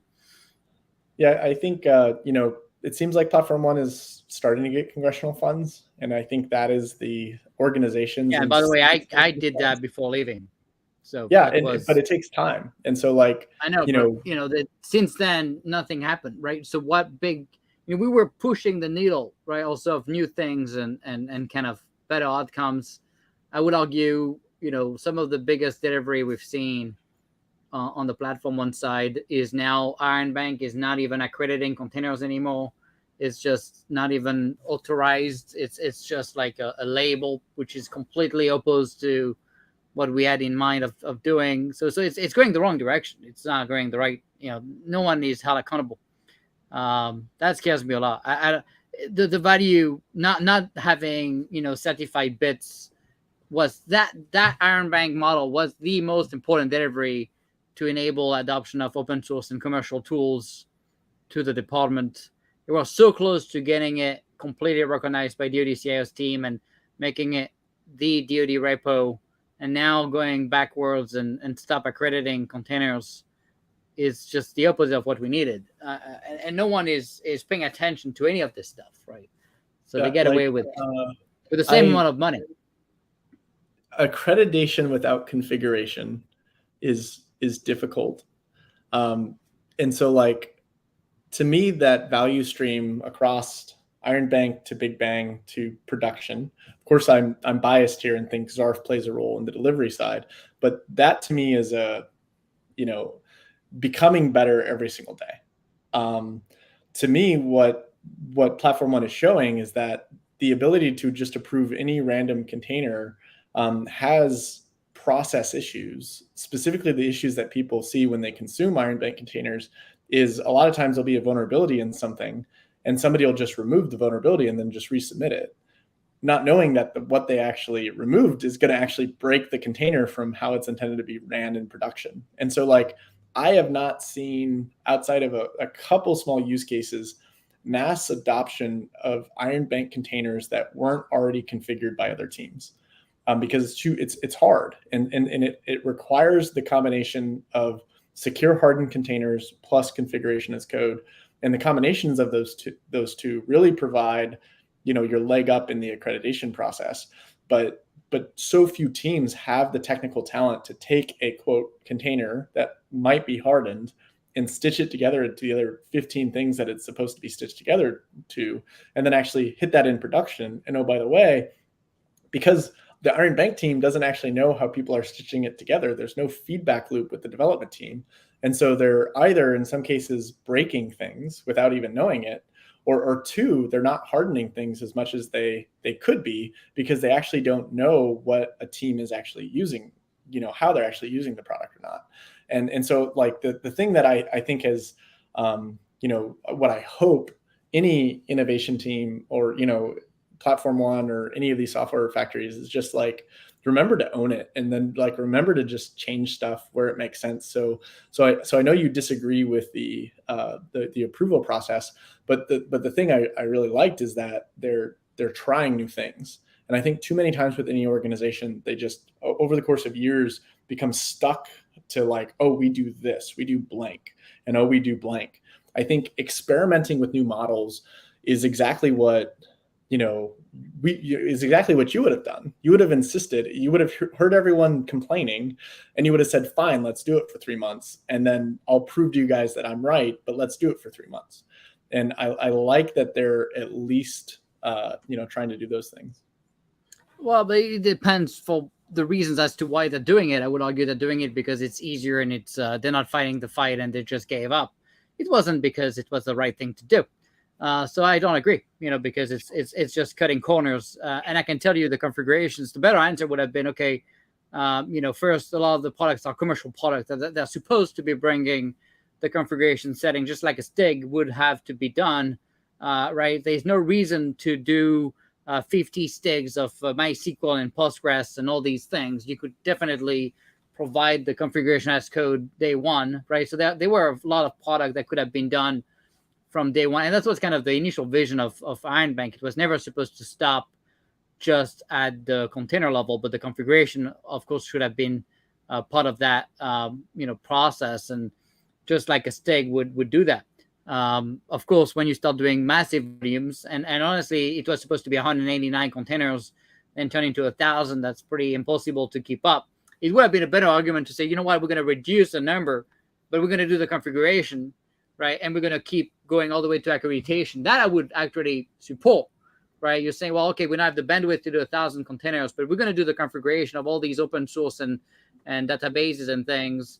But we're going to give you a certificate to fill with the configuration. That's what I would have pushed back. But my whole point is there is no one pushing back, right? Because let's face it, if I wasn't there during the whole time, there would be a lot of different things that could have gone wrong because there was no one pushing back on some of the concepts, particularly when it wasn't the right thing to do because it was driven by money saving or by bureaucracy taking over the progress we made. Right now that it's a program of record, it has funding. I just feel like it's starting to look and feel and taste and smell like a program of record, and that's pretty scary, right? You're back to what you didn't want to do. The same thing that we used to complain about is now how we do business, right? And that's just terrible, right? Yeah, it's part of scaling an org in the DoD. Yes, that's the issue, right? It's just like this never ending. The thing that's supposed to be fixing is just like when people complain about, hey, we have 20 standards, we're going to try to merge, and the answer to merge 20 standards, right, is to create a 21st, the next one, and that never solved the problem, right? And so we're kind of doing the same thing here, right? All these program of records are not able to bring that agility, so we're going to create a team to do it, which makes sense to consolidate and bring it as a service. And then there's the adoption issue, there's a training issue, there's a scaling issue, right? It's kind of this vicious cycle. And it's not funded right, so we're going to fund them through Congress, make it a program of record. But now you're back. Okay, you have 5-year cycle, need to plan funding, and and the priorities got lost. For me, Iron Bank. Look, I would rather shut down Party Bus before I touch Iron Bank in any way, shape, or form. Yep. You didn't even want it, but that's the key. I let you do it because, like you said, it wasn't the outcome was pretty tangible, and it wasn't because of complacency or it wasn't pushing the wrong behavior, right? That's the difference with the Iron Bank change, right? I would never have let that happen because it's just pushing the wrong behavior rather than saying, okay, we're going to do less containers, but keep doing the certification because we sold it as a reciprocity capability, right? The minute you just give a rank or a number or a grade, which completely biased based on very arbitrary conditions that no one would even agree with, by the way, right? They came up with rules if you have 2 highs or what. That's complete nonsense, right? No one would even agree on the basis of the grade. So now not only the grade is useless and based on biased, metrics, but now you don't get a certificate to field and you don't get any benefit of using it, right? So they killed it, right? They actually killed the concept of it, right? And no one was there to push back, right? All because some people say, well, there was no configurations. Well, sure, many had it though, right? and oh, by the way, many databases had it and things, right? So, but no, they don't have a CTF even for those that had it, right? So why? What's the excuse there? Like why? Like the universal base image is tagged and passing all the OS requirements, yet it's not, it's not authorized. It's now graded.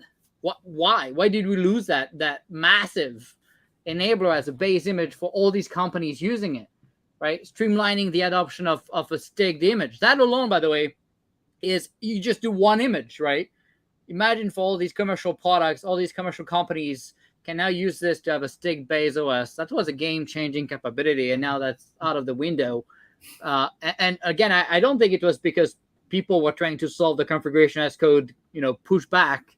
It was, hey, we don't have the money, so we're going to cut corners, and we're going to just do the least amount of work. So we're just going to grade things automatically, by the way, where by the way, all this started because when I left, I was the one approving containers, and now you have 4 people approving, and they can keep up with my pace that I had alone, despite having a full-time job, right? So again, they just, that's a wrong outcomes, and it's just a lot of red flags, and I'm certainly not saying the bottom up is still not motivated to get things done. I just don't know how you get to meaningful, like you said, it's rounding error of the funding of the department. And honestly, until we get to 50%, right, of the program funding, I don't think we really get where we want to be to compete with China, right? Yeah. And, arguing with you is like a pastime. So I'm sure publicly we look like we agree a lot, but most of my time. No, but that's what's fun, right? I mean, that's how we get. That's why you got so much stuff done. And quite honestly, I think you're the one that managed to convince me to change my mind on a lot of things along the 3 years.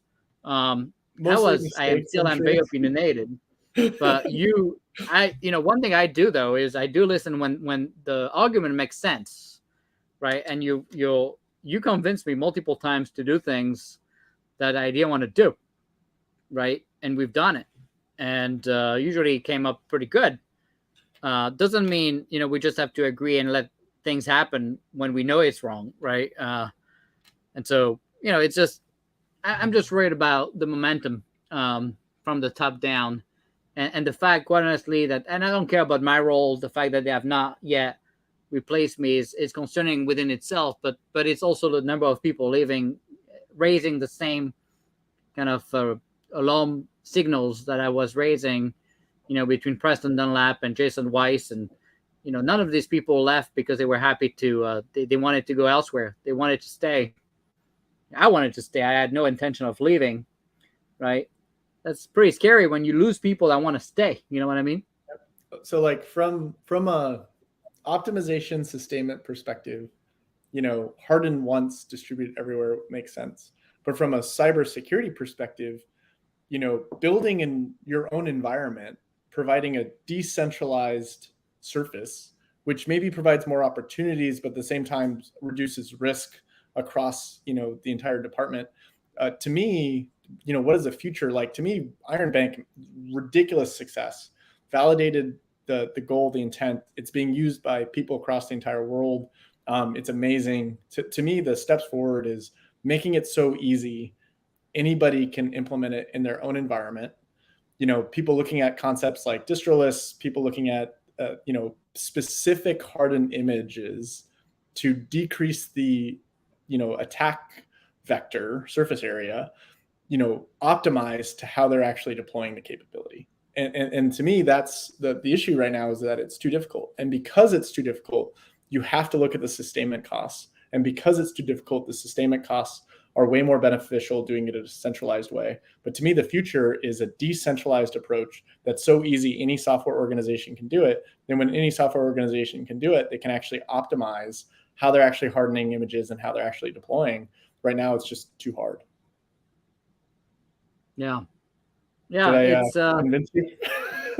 No. I mean, look, I think there is also the debate between, Secret Service will tell you the White House, why there is one house to protect the president is because it's easier to protect one house. I think if you look at the attack surface of the build systems and DevSecOps teams being targeted now, the crown jewel, you're going to find just like Linux builds stuff in one location, you don't see everybody rebuilding bits and distributing bits and signing them and doing the integrity check and the provenance checks of the bits.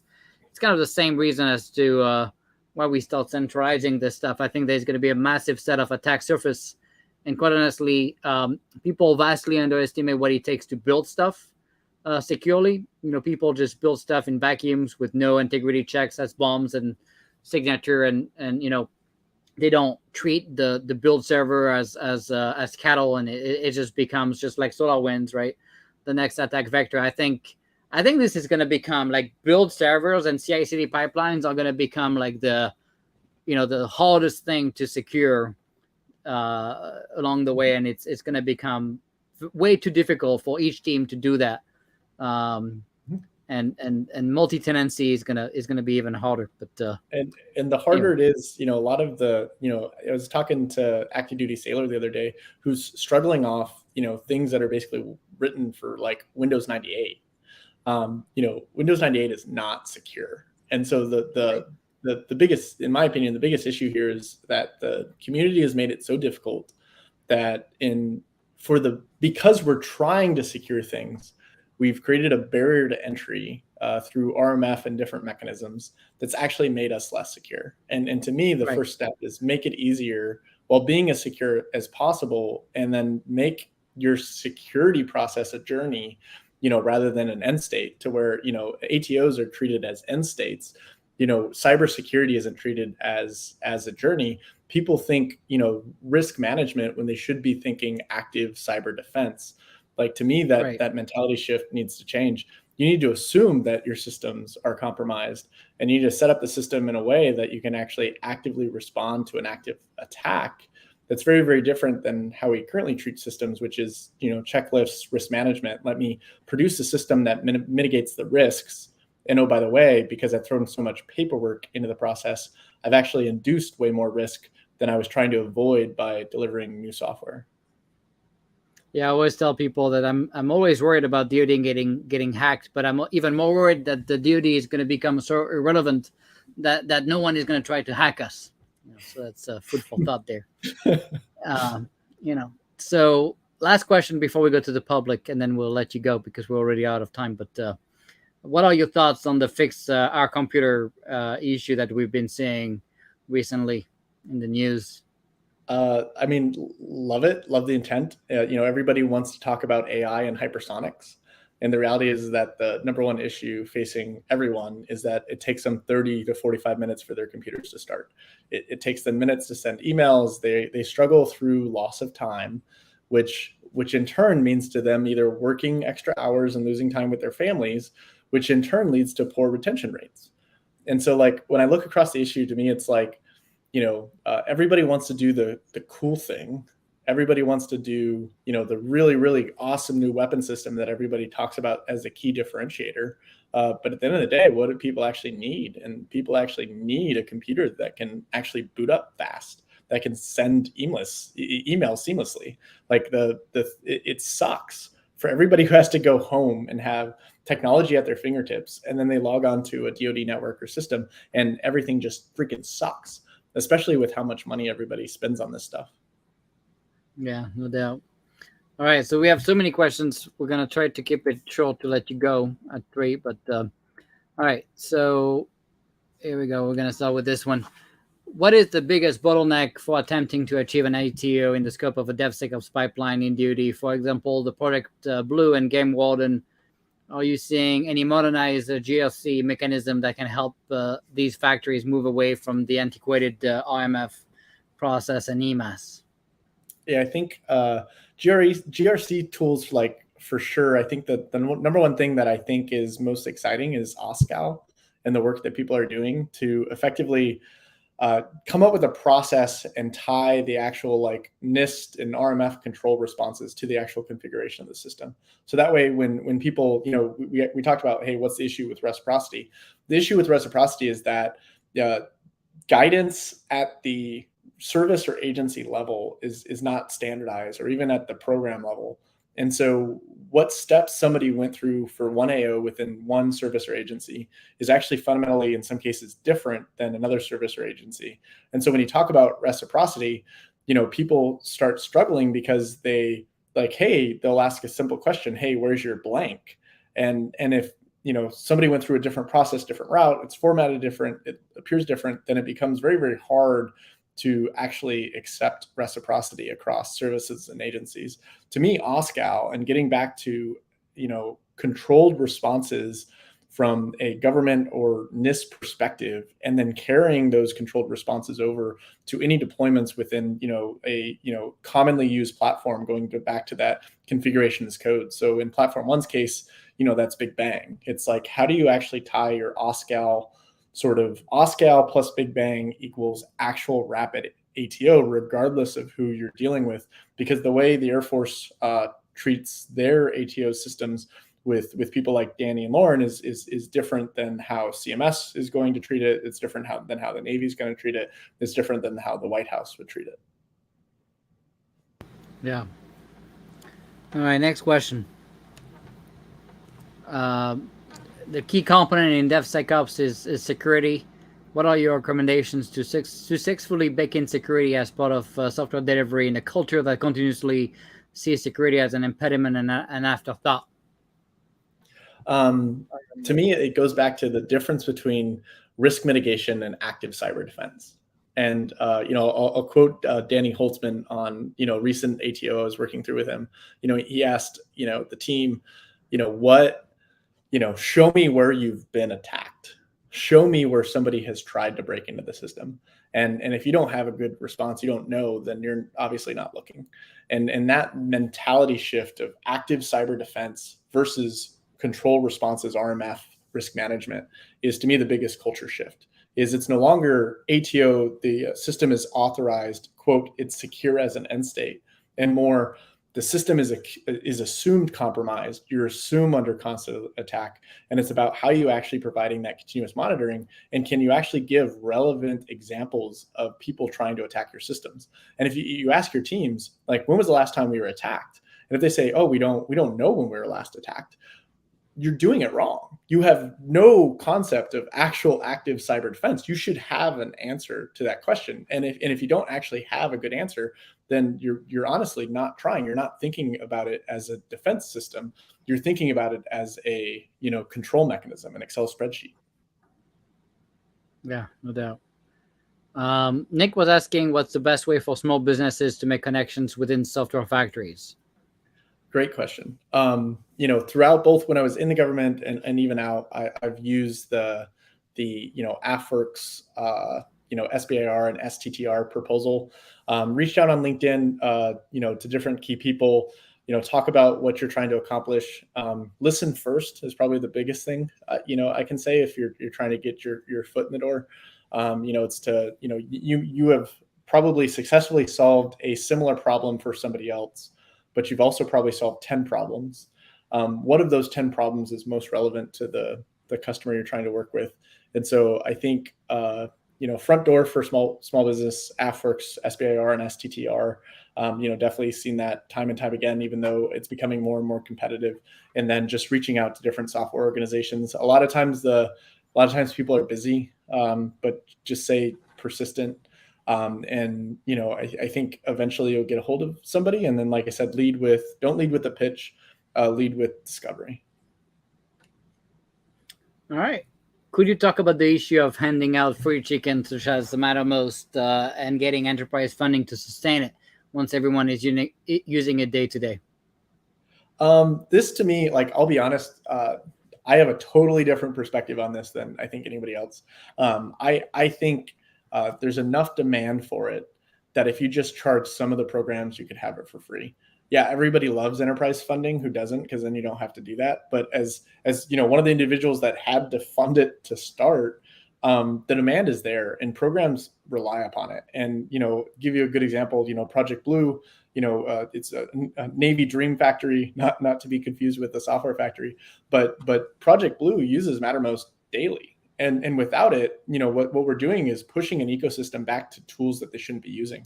Before Mattermost, we had people at deployed locations using things like Facebook Messenger for different activities that they should not be using those chat tools with, but they were using those tools because they didn't have an approved solution. And when push comes to shove, the mission will be accomplished. We will be successful. And it's really about, if you go back to risk management, what's riskier, using Mattermost or using Facebook? Well, you should probably be using Mattermost, I would say. I think everybody would say that. And if people are struggling with the value of this, like, recognize how big of a deal Mattermost was from the Afghanistan evacuation. Like, you had multiple people really, really jumping on and collaborating, and there wasn't a tool like Mattermost that was basically approved and in use federal wide. And people are over here arguing about enterprise funding or not. It's like, if you're running out of funding, just tell the programs it costs a little more. And you spend so much time nickeling and diming people who are actually using it, that what you end up doing is an opportunity cost that shows up in, driving your outcomes. So, like, to me, stop counting. If you have to increase the price, increase the price. Let the programs know that it's there. It's not going away. If anything, you might reduce the account number a little bit. I was happy to hear that Mattermost got over the impact level differences, and it's, one single license for sort of all people. But even that fight, if you think about it, the majority of users were on IL4. There's probably only 5 to 10% of users that were actually on IL2. So it wasn't even that big of a delta. Like, to me, it's like, it provides mission value, fund it. If you have to go ask more people for the money, my guess is people would always be willing to pay for it because it actually does provide value. Yeah, absolutely. And I wonder what happened with Mattermost. I don't know. You tell me. I have no clue who managed to convince them to change the impact level stuff. Yeah. We're out of time. But first, of course, I wanted to thank you, as always, for taking the time to stay with us for 2 hours and give your insights. That was, I think, very interesting for everybody. I'm going to give you the last words. But before that, I wanted to remind everybody that there won't be a show next week. We're going to see each other in 2 weeks with Joe Saunders, the CEO of Run Safe. It's going to be a very interesting episode. Joe is a great guy, very smart, founder of the company, but also he's done multiple businesses before, and he's one of the best cyber experts I know. Very nice guy as well. So stay tuned in 2 weeks, 1 p.m. Tuesday for the next episode. And I want to give you the last words for the group here to share your last final thoughts. Yeah, so 2 things. First, just thanks, Nick. We disagree on probably every topic that we've ever came across. And you can, definitely be polarizing and a jerk at times. But I know your heart's in the right place, and you do drive the discussions forward. And so I appreciate you. There's a lot of things you could do with your life at this point. You can, start bunch of different companies and get you a lot of different stuff. But I do appreciate that you've stayed involved with this community, even though you're no longer in the federal government. So thanks not only for having me, but for continuing to be sort of mission focused. Although in some ways I suspect it's not a choice. I think the mission has you, it has a monopoly on value. And so, I'm sure if you could walk away, you would, but I appreciate that you care enough to stay. Second thing is just, thank you to everybody who continues to be a part of this community. I see things like Zarf, things like Big Bang, and all the things that the broader community is trying to do, and open source is sort of the future. And so feel free to reach out on LinkedIn to me. Happy to answer any questions. If you have an air gap software delivery problem, it's kind of a niche focus of ours, and we do anything to help people. We are active on GitHub, and so you can just respond to issues. We tend to have a 24-hour response time. And then if people are actually struggling with mission workloads, we do have enterprise services as well. So. Well, Rob, wanted to thank you. In fact, you had to warn me about the mission stuff. I told you, no way. When I leave, I'm going to go back to commercial stuff. And I made fun of you. I remember that discussion. And no, I guess you were right. But I also had no kids. Now I have 3 kids. And I think we don't have a choice. Yep. In fact, I wanted to thank everybody again for fighting the fight and making sure that our kids have a fighting chance at winning against China 20 years from now. Stay safe. We'll see you in 2 weeks. Bye-bye. Bye, guys.